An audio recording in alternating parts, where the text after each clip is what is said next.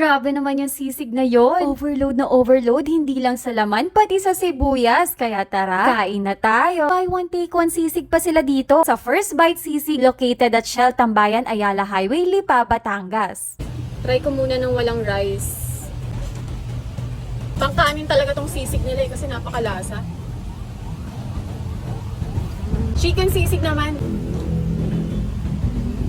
Para sa mga bawal sa pork, tsaka hindi kumakain ng pork, eto meron sila ditong chicken sisig, okay din siya. Meron pa siyang chicken skin on top.